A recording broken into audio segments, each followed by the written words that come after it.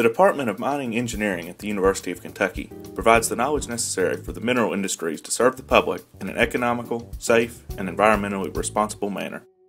The groundbreaking research of Professor Kyle Perry promises to increase underground mine safety through cost-effective solutions to common problems.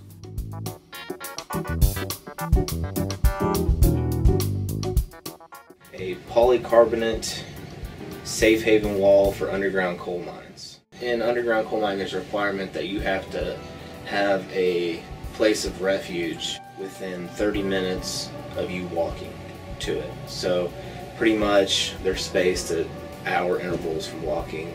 If you were halfway between the two, you can walk to either one and be happy. So we chose this polycarbonate because we've tested it before and it shows really high pressure resistance and does very good at not breaking, pretty much can't shatter. A little bit of deflection, which is alright as long as it becomes elastic and stays in the elastic range and comes back to where it was.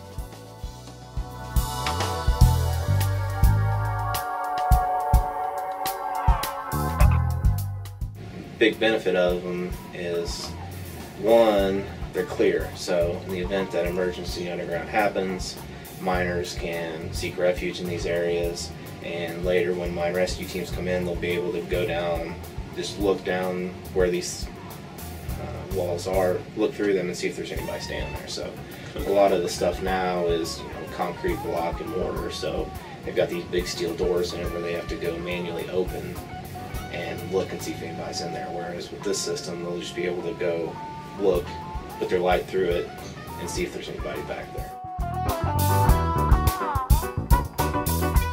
And the system that we're proposing will probably cost around $15,000 to $20,000, including the labor to actually put it in. These refuge chambers that they're towing around, and some they have stationary places, are around 100.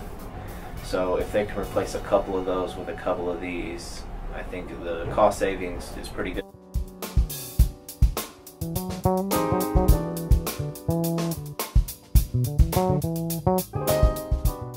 It's pretty much from building something from scratch. We're doing a lot of work with the actual framing or structural support system.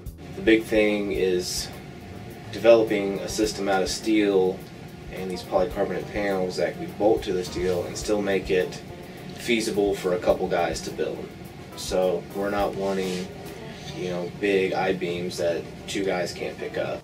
Taking it from modeling stages, which we've pretty much completed, and then verification and validation of the models through explosives testing.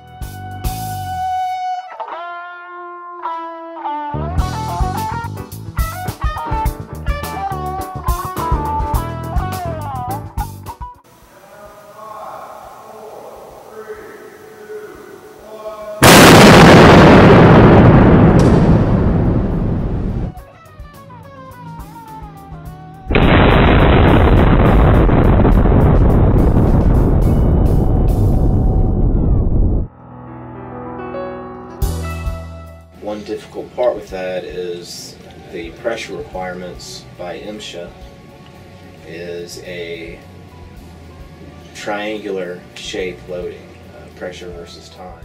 So we start at 0, 0, and the pressure needs to go to 15 psi over 100 milliseconds, and then back to 0 over another 100 milliseconds.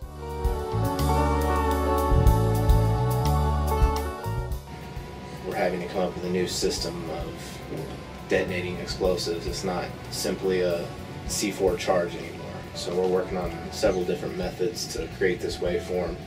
We just had our first iteration. We found some problems, what we think can make it better, what do we need to build to make sure it's the same every time.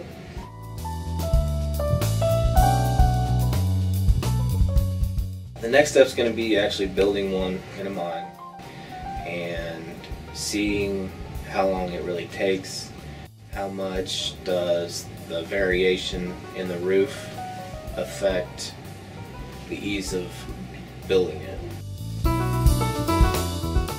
Ventilation control is something that they're always having to deal with, and a lot of times they'll build just concrete block walls, just a single thing, not blast resistant by any means, but just something for the air to not leak through. So with the design we have now, I think that's possible, but it's pretty robust. I mean, the polycarbonate's an inch thick, so they make it, 1/8 of an inch, 3/16 of an inch thick that we can get and put it on a frame that's not nearly as robust. Dr. Kyle Perry's research on polycarbonate safe haven walls is another fine example of the outstanding work being undertaken by University of Kentucky's College of Engineering.